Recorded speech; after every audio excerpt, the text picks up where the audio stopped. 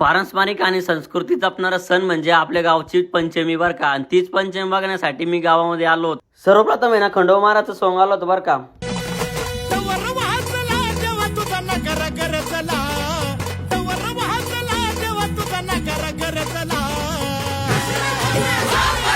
गुलाल उधळला तेव्हा तुझा छबीन चालला, गुलाल उधळला तेव्हा तुझा छबीन चालला, गुलाल उधळला तेव्हा तुझा छबीन चालला, गुलाल उधळला तेव्हा. त्यानंतर ना देवीचं पण सॉंग आलं होतं बर का.